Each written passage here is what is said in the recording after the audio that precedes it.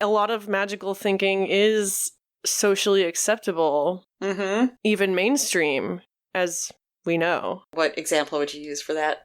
Religion. That's what I thought.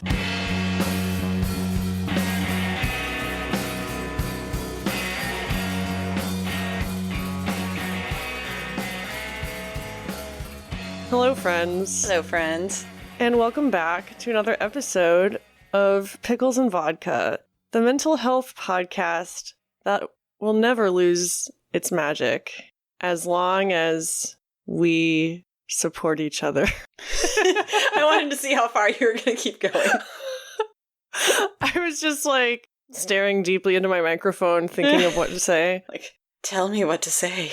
But yeah, I'm Christina. And I'm Lauren. And today, as promised, we are revisiting the topic of magical thinking. 2 weeks ago, I did an episode with my sister where we talked about my disability hearing. And then at the end, we briefly talked about a message from Sarah, a listener, with a topic suggestion. And so, yeah, that's where this topic comes from. And I'm, of course, behind and did not listen yet, so I didn't realize. That's what I thought. And so I'm prepared to reread the email. Good. But first, it's been a few weeks since we talked about ourselves. Well, at least for you. Yeah? Where the fuck are you at? Well, I just came back from therapy, so...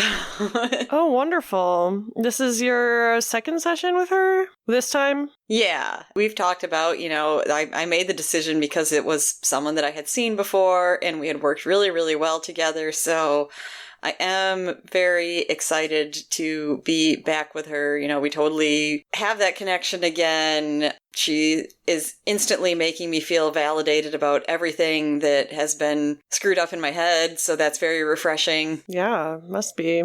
Yeah. I've had a kind of stressful week.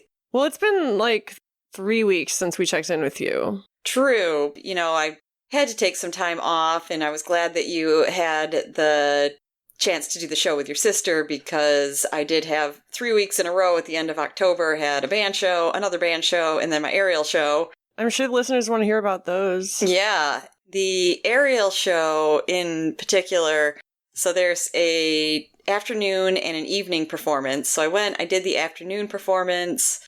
That would be, my first performance ever, and that was really fun. What did you wear? Oh, that's what I was about to tell you, because that will play into what was hard later. Oh, God. So our class decided, because we're doing the performance as a class, and it's the day after Halloween, so, still spooky season. So we wanted to be like dark spirits and the undead, and we had an odd number of people, so we said that, we're partner up, but the one person in the middle, she's going to be our dark queen and raise us for the night, where we come out and we play, but in the end, we all still succumb and we die at the end.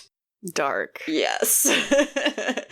I had suggested, it's a little hokey, but everyone's going to know it and it fits. The Evanescence song, Bring Me to Life. Oh my God, yes. That was one of the few more mainstream songs that I listened to when I was in high school. I did wonder as I was saying that, I was like, are you going to know it? Of course. I listened to Evanescence way back when I was 13, 14. That sounds about right, because I was 22, 23.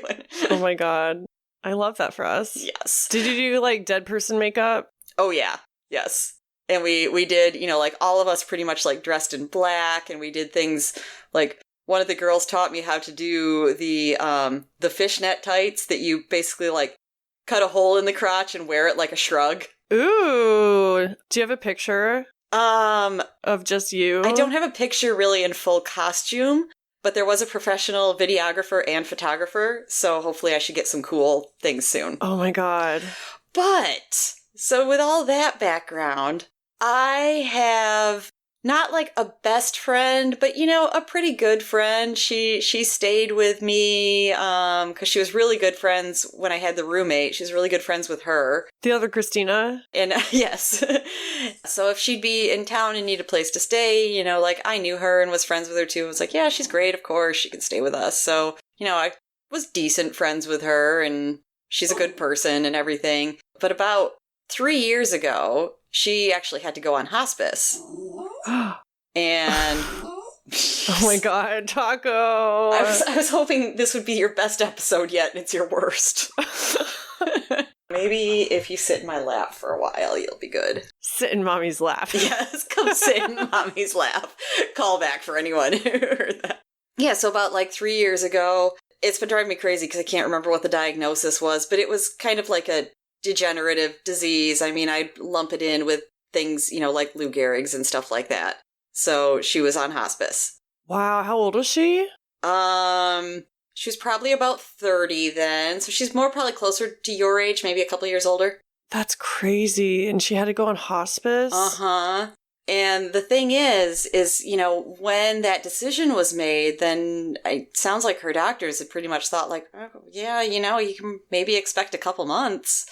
But she really ended up responding to like whatever the actual treatment they'd give her and was doing really well for a while. But like a couple months ago, then I heard from her and it just was like, okay, Eve managed to go with it for 3 years, but this really is it. Like everything in her body was failing and it was obvious. So my old roommate, other Christina, she actually messaged me 10 minutes before they opened the doors for the last show that she had passed that morning. Oh my God. I mean, it wasn't totally unexpected at this point, but great. I find out my friend died and now I have to go rise from the dead and die on stage. Oh my God, I didn't even think about that. Yeah, that's why I was like, the whole thing was just like, I can't even make this up. That's so, I don't even, like, how did you do that?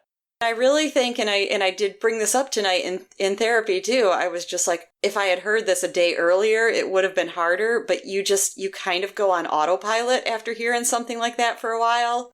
It can be like 24 hours before it truly takes effect, so it was just kind of like, this is what I have to do. And, sat out there ready to go on, and I was just kind of like, all right, I'm going to use it, but dedicate my show to her. Yeah. Yeah. Oh my God, I'm so sorry. When's the last time you talked to her? I mean, probably had been more like social media type things. So, maybe like 6 months ago or something. But it'd probably been a little over a year would be the last time I saw her in person. Wow, that's tragic. Mm-hmm. Man. It was a fun weekend, but it was also not fun. I don't know how else to put it, but it was just like, yeah, just had a little bit of something hanging over it. Well, and was that the weekend after we recorded with our anonymous guest? Yeah, so that was just this past Saturday. Yeah, the weekend prior we'd been talking about death, and then that happens. I mean, it's like you said, you can't make this shit up. Yeah. How are you doing in this moment besides exhausted? Now okay. Had some time afterwards, of course, to just kind of like sit by myself and think what I want to think about the whole situation. And, she did what she could with her life. So I'm just really impressed with that always, because she had some involvement in sex trafficking. And it was like once, she kind of like worked through her own stuff with that, then she just pretty much made it her life mission to like fight it and raise awareness and train people and speak against it. So yeah. Oh, I remember now. Yeah, she became like a super advocate. Mm-hmm. That's so inspiring. Yeah. Especially that, like she was still doing all she could. I mean, that would be why she would be in town staying with us, because she had, like a training session or something. So I'm like, she's sick and on hospice, and she's still just like, I'll do whatever I can. Wow. That's super motivating, honestly. Yeah. It's really easy to victimize yourself in situations like that. I mean, I haven't even had a terminal diagnosis like that, and I victimize myself all the time and use it as an excuse not to do things that I want to do with my life, Yeah. And hearing stories like that, it's just like, man, how do you find that? Do you think she would have done that all before if she hadn't been diagnosed? Or do you think the diagnosis, like having a timeline on it almost, was like motivation? I think she would have, but I don't think she maybe would have like felt so pressed to like do as much as she could. Yeah, in as little time. That makes sense. Yeah. It's the kind of thing that you don't know how you're going to react until it happens to you. Right. And you hope you'll react like that. Yeah, you hope that you don't have to find out. But also if she reacted by like becoming super depressed and isolating herself. Like, I wouldn't blame her for that either, No, exactly. Yeah, I'm not trying to say, like, that's what we should all aspire to do. But, like, no pressure. No. Guys. Man. So where are you at? Damn. I mean, nothing nearly that serious. I was going to talk about something very unserious, in fact. Oh boy, we need it. So, I grew up homeschooled. I grew up, like, very repressed. And as an adult, I would say I'm still pretty repressed, sexually speaking. Mm-hmm. And so, I have never seen Rocky Horror. I didn't know that. I knew you were going to see it. I didn't even know what it was. Oh, I did not know this part.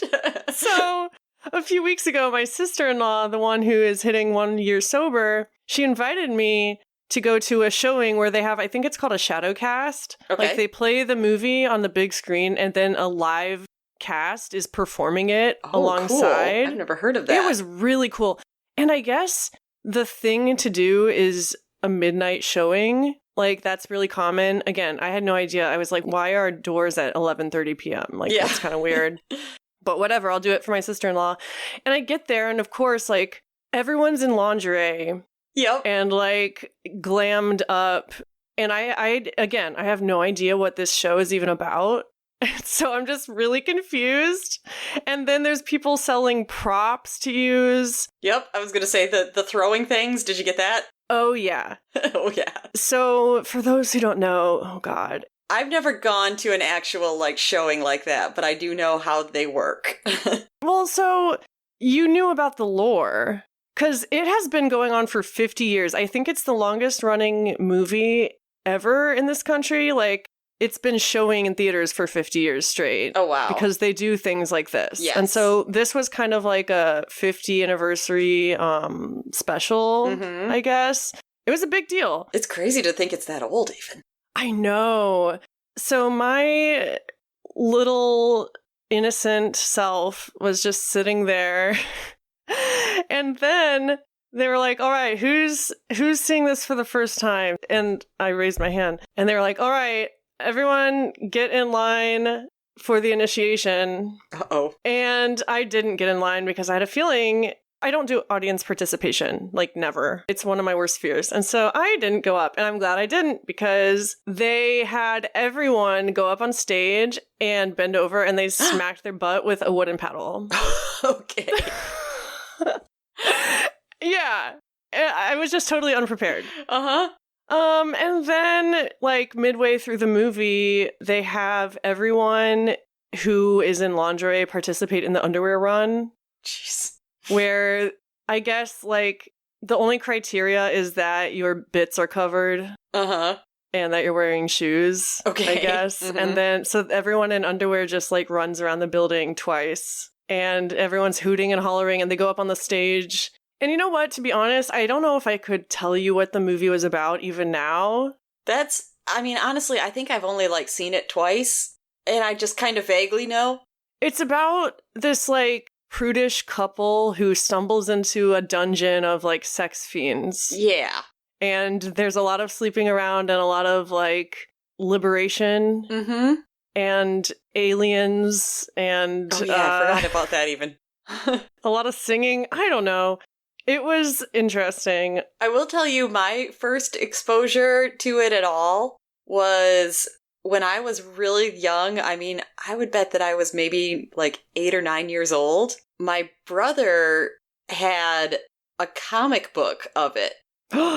And I just happened to, like, be looking for something in his room or whatever, and I saw it, and I was like, what's this? And I start flipping through it, and, like, the only memory imprinted from, like, my 9-year-old brain is seeing Tim Curry's character, who is, in full drag, fishnets and everything, and the lyrics to Sweet Transvestite printed out. And I did not even know what that meant, but I just remember feeling like, I think I'm reading dirty words. Oh my God, that is so funny. Yeah.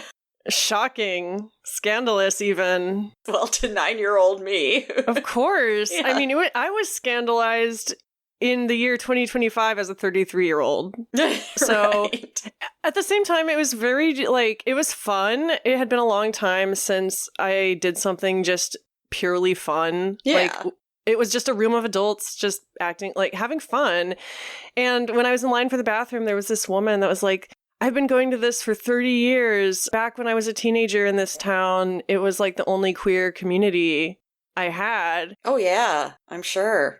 And it was just, yeah, really wholesome in that way. And I felt like I had been inducted into this, like, secret club. It was nice. I was not prepared, though. Next time, if I do it again, I don't know if I'll do the underwear run, but I'll definitely, I wish I had dressed up more. Yeah, I mean, obviously, you would not knowing what you're going into at all. My favorite character was Columbia, the one who wears the rainbow sequin bustier and, like, the top hat. I want that outfit so bad. But yeah, other than that, I mean, I've been good-ish, just trucking along. Yeah. Haven't taken Benadryl in a few weeks. Nice. So, yay me. Yay you. It's funny you mentioned spooky season because in my mind it's still spooky season. Oh, yeah. I mean, we're recording this in early November. It's just starting to get cold. You can smell like firewood on the air in the evenings. It's so nice. And so I thought it was cool that we were making this episode about magical thinking at the tail end of spooky season. I like it. Oh, we do have some housekeeping. Should we do it now or at the end? Let's do it now, just so we don't forget. Okay. So we've been getting a lot of requests for guests. So since we're doing that more, like recording with guests, I made a little PDF guest guide. Basically, it's just like how to record on Audacity and like how to reduce noise and stuff and like a step-by-step guide with screenshots and everything.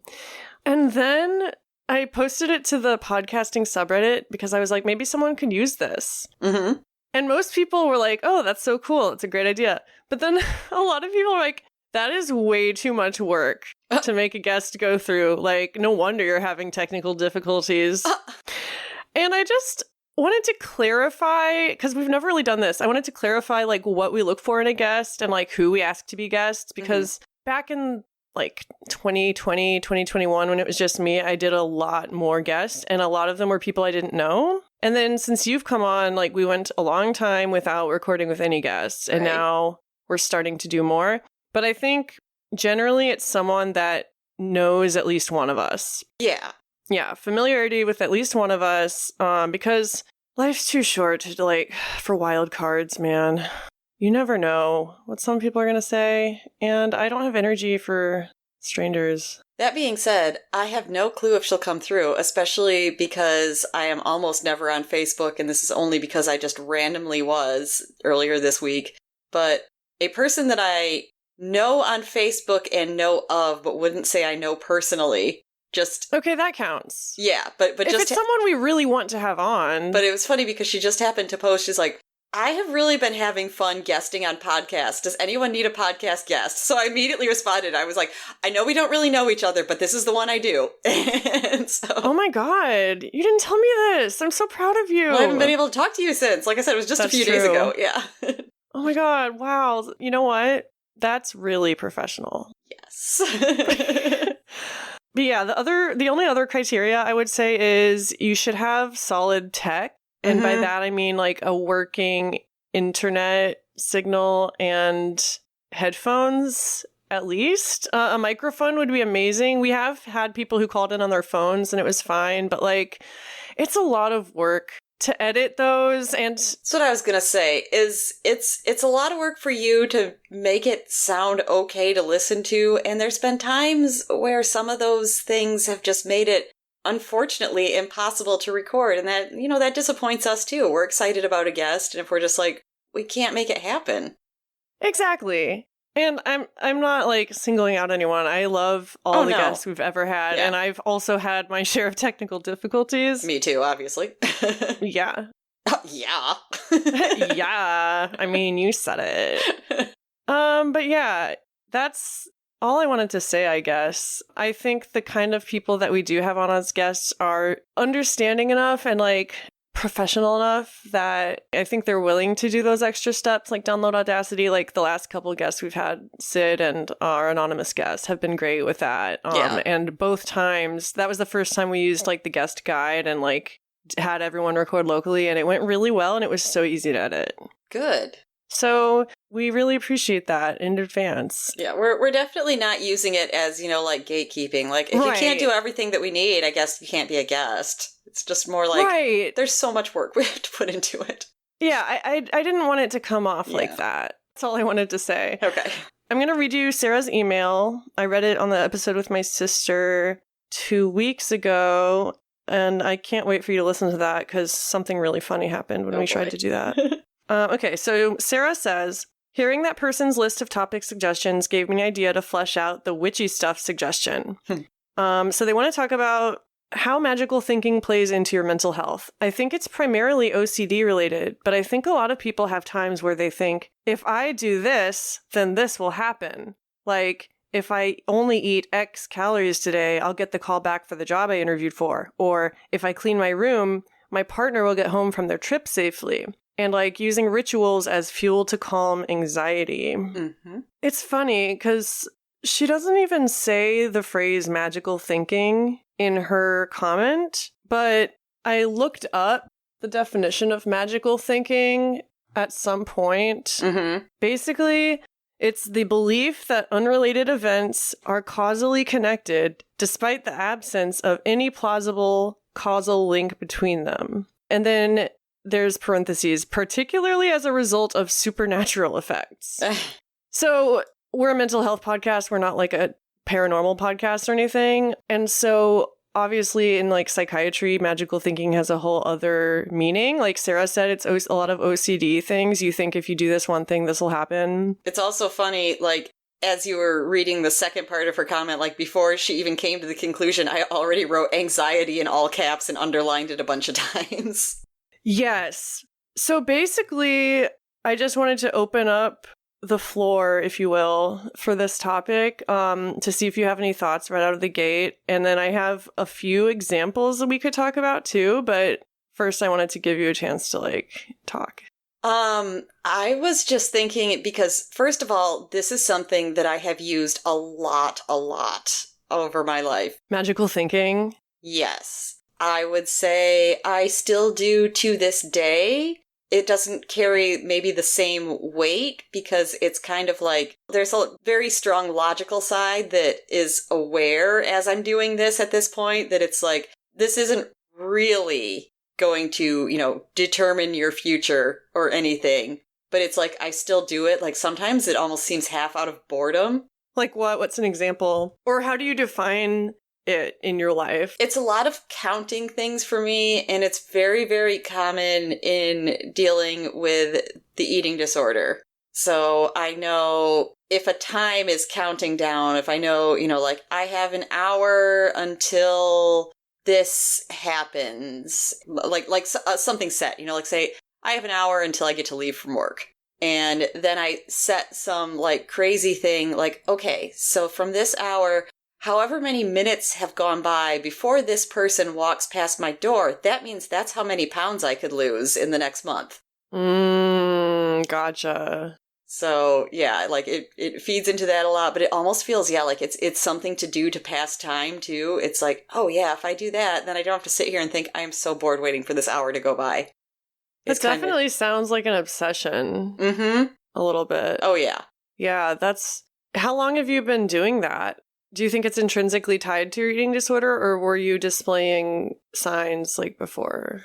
I think I've done it with other things. It's hard to remember maybe what specifically I was thinking of because I remember more the action. But I know like the same sort of like time thing I know I did like in junior high and high school, like watching the clock in class. And it would be, the same sort of thing that it's just kind of like, oh, maybe, like it's silent reading and it's just like, okay, however many minutes go by until somebody says something, because they will. Oh, yeah. I used to look at the clock and think like, if my feet are touching the ground when it gets to the like hour mark, then something bad will happen. Or like by the time 30 seconds have passed, I have to have made it, if I'm walking outside, I have to have made it to this particular spot. Yes. Stuff like that I've always been doing as long as I can remember. Yep. I've definitely done things like that too. On the episode with my sister, we talked about this funny ritual we did as kids where we shared a bed when we were really little. And before we went to sleep, she had to say goodnight, dear Jesus. And I had to say goodnight, sweet Jesus. And if we said anything after that, then we had to say it again. And I don't know why. This clearly did not start with our parents. Like, we were not told to do this. It's just something we developed on our own. And that is clearly magical thinking. And I still, like it doesn't, like make or break a day or anything like that. So that's why I say, like, it doesn't hold the same power over me it might have before. But for some reason, flushing a toilet and then, like, whatever I can accomplish before it's done flushing. Yes! Yes! Oh my god, I do that too! It's like if I get out of the shower and I do, then it's like, how many items of clothes can I get on before it's done? Oh my god, yes. But, like, where's the line between, like, when does that kind of stuff start interfering with your life and become harmful, you know? I mean, I think a lot of it is, like, if you're not satisfied and you keep like if I felt like I didn't get what I wanted, if I was like, okay, well, then I gotta flush the toilet again, I gotta start from scratch. And you do it over, like 3 or 4 times till you get the result you want. That's obviously interfering too much in your life. Yeah. There's something so soothing about it. Like, I think humans came up with this kind of stuff because, I don't know, it lets us feel like we're in control. I just wrote down false control. Yeah. Like, I don't know, it's something that's so very uniquely human. Like, we need to have control. We need to have, it has to make sense in our brain. And I don't know if, like, other animals do that. Yeah, it seems almost like it's a way, because there's a lot of things you can't control. And I feel like that's sometimes really hard to accept, that, like, you can't control anything. So it's like, instead of having to accept, I can't control what happens, I'll find a way that I can, like, simulate control. Yeah, I was talking to my therapist today, too, actually, about the resurgence of my eating disorder and how they were like, what are some reasons you feel drawn to it right now? And I'm like, oh, God, do I really have to tell you? All right, well. It's control, like, it's also, and as I was in the position of having to explain it, because it's so obvious normally to a lot of practitioners, but it's really not. I don't know. Yeah, because I feel like that's something that you hear early on when people talk about, like, oh, the reasons behind, and it just seems like it's really a cop-out, especially, like, someone in a professional capacity, if that's all they gave you is just like, well, it's about control. Because there's just, like, so many different ways that you're trying to control. Like, it is control, but for one person that can mean one thing, and for one person that can mean something totally different. Well, and when you say it's about control, you make it sound very rational and, like, organized. Just saying it's about control, like, that's not that simple, though. Like, it is, but also there's more to that. Exactly. I think it is more magical thinking than anything, because it's like, if I don't binge this week, for instance, if I'm good and I don't spend any of my SNAP funds on binge foods, then maybe next week, in spite of the government shutdown, I will get my SNAP funds renewed. Stuff like that. Yeah, sometimes I feel like the universe is going to somehow know and punish me. Yeah, so many times I have blamed things on my inability to quote-unquote control myself. Yeah, or my inability to quote-unquote be good. Yeah, and that's obviously so ridiculous to say it out loud, but that's the magical part of it. It's like the fact that we alone could influence that without even doing anything. Like, it's just as ridiculous as saying, like, God is going to do something bad to you if you don't, like, say a certain word every night, you know? Or if you eat meat on Fridays. Yeah. And again, like, there's a line. A lot of magical thinking is socially acceptable, even mainstream, as we know. What example would you use for that? Religion. That's what I thought. I was just wondering if you had a different one. I was like, that's an obvious one. But... I mean, I'm trying so hard to stick to like mental health here. Yeah. But to tie it to mental health, I think when you grow up having it so normalized, when it appears in other areas of your life, like an eating disorder, it's way easier to kind of brush off as normal or like, I need this. Because like when I stopped being a Christian, I kind of replaced that magical thinking with like other magical thinking, like about my weight and stuff and like rituals. Yeah.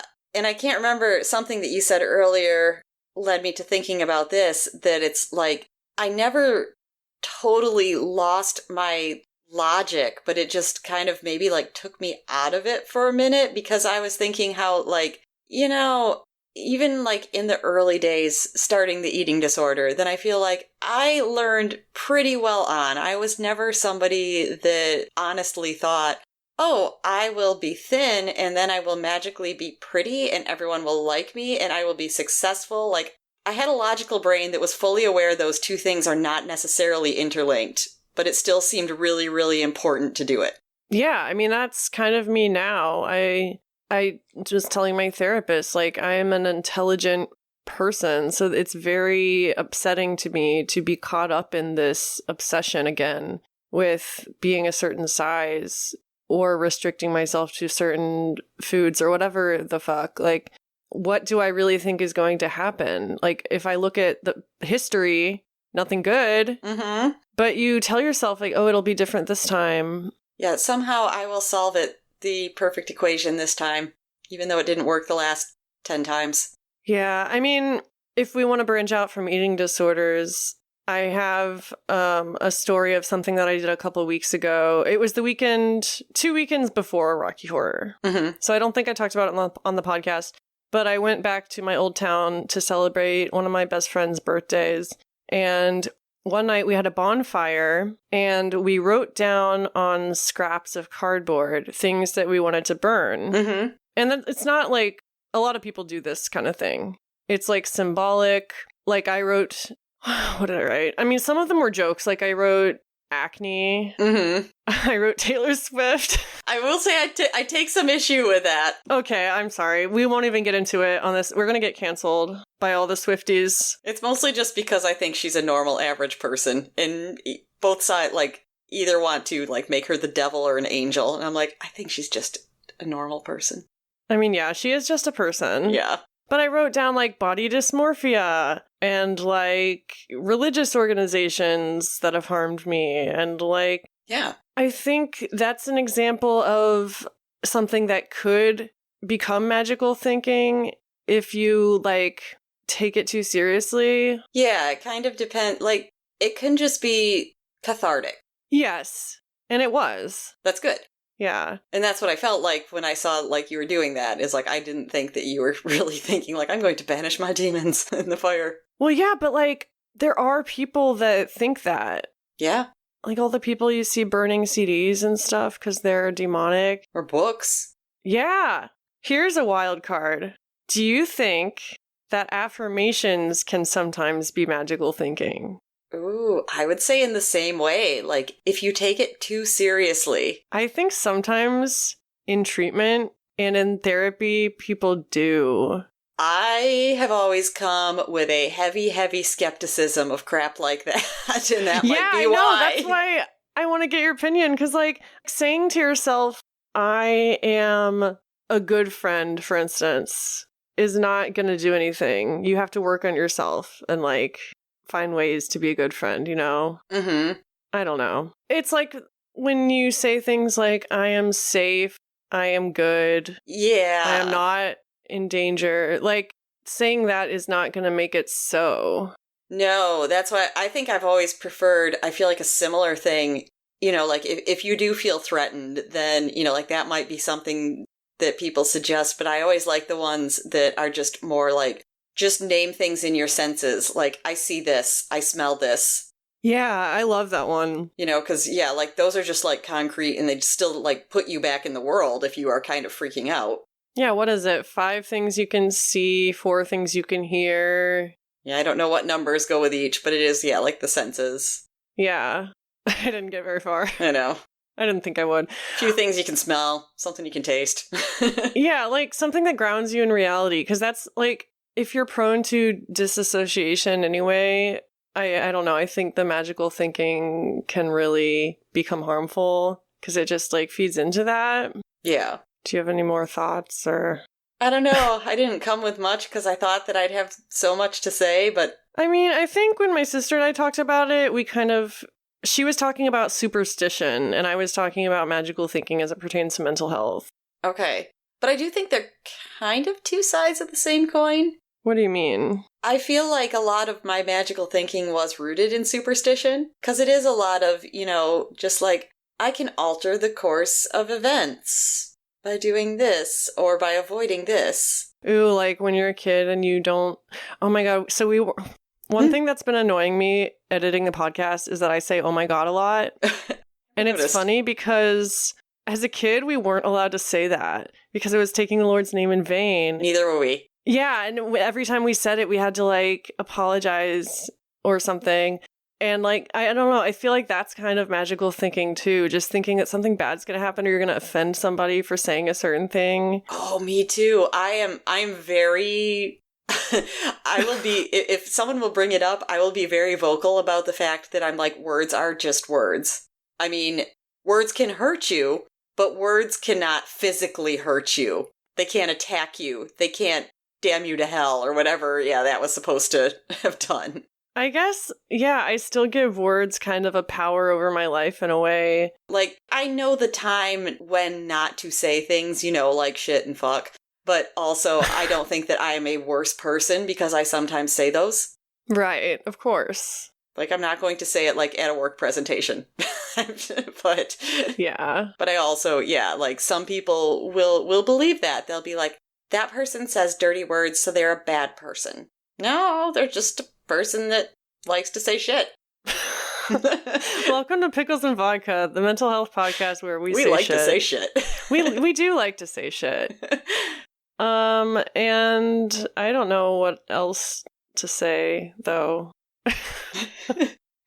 It's late. Yeah. This is like the latest we've recorded. This is kind of a weird time for us because it's a Thursday, it's later. Yeah, I'm going to Baltimore this weekend to see my brother and his wife, and like I had to move some stuff around last minute, so I really appreciate you being able to do this on a Thursday. Oh, and actually, I left work like a couple hours early yesterday because I felt like I was getting sick. So, oh no. I mean, kind of okay today, so I don't think it's anything that bad, but yesterday I know I was joking with someone. I was like, it's so hard to gauge because all day I have felt exhausted and lightheaded and my whole body aches and I'm chilled and, like any normal person would hear that and be like, oh shit, that sounds like the flu or something. I'm like, but also I didn't sleep at all and woke up like 12 times last night. I had my aerial class the day before, so of course my body hurts. It's kind of like, is it circumstance or is it really?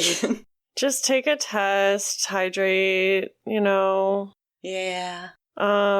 If y'all have anything to say about magical thinking, or if you have any other topics you want us to get into, let us know. Mm-hmm. Other than that, we'll be back next week. Yeah, we'll either talking about, who knows? Just shoot the shit some more, or we'll have a new topic, or a guest. Who knows? Yeah, I kind of like it when we just shoot the shit. Me too.